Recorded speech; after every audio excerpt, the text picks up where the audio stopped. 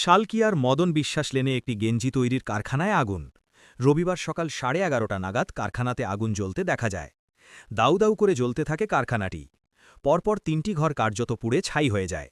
স্থানীয় বাসিন্দারা জানান, কারখানার সামনে ইলেকট্রিক্যাল ল্যাম্প পোস্ট থেকে আগুনের ফুলকি ওই কারখানায় পড়ে। সেখান থেকে আগুন দ্রুত ছড়িয়ে পড়ে। ঘনবসতিপূর্ণ এলাকা হওয়ায় আতঙ্ক ছড়িয়ে পড়ে। স্থানীয় বাসিন্দারা ছুটে আসে আগুন নেভানোর কাজে। খবর দেওয়া হয় দমকলে। দমকলের একটি ইঞ্জিন প্রায় আধ ঘণ্টার চেষ্টায় আগুন নেভায়। আপনারা দেখছেন অনলাইন ভারত নিউজ।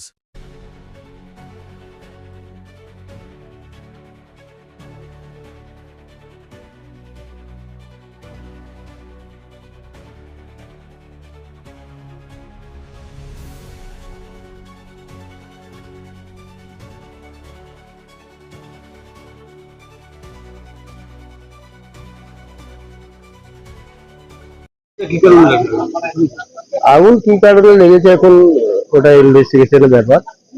তো এখান থেকে আমাদেরকে ফোন দেয় হাওড়া ফায়ার ব্রিগেডকে।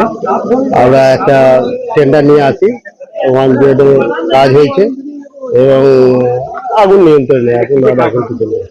ওটা গেঞ্জি গেঞ্জি তৈরি কারখানা হলো। কারখানা বন্ধ ছিল বলছে। কারখানা এখন আমি সঠিক অনুসন্ধান করা কোনো যায়নি। এখন সবার কাছে জেনে তারপর সঠিক তথ্যটা দিতে পারবো। আগুন নিয়ে আমার নাম বুদ্ধদেব রজক, চা অফিসার, হাওড়া।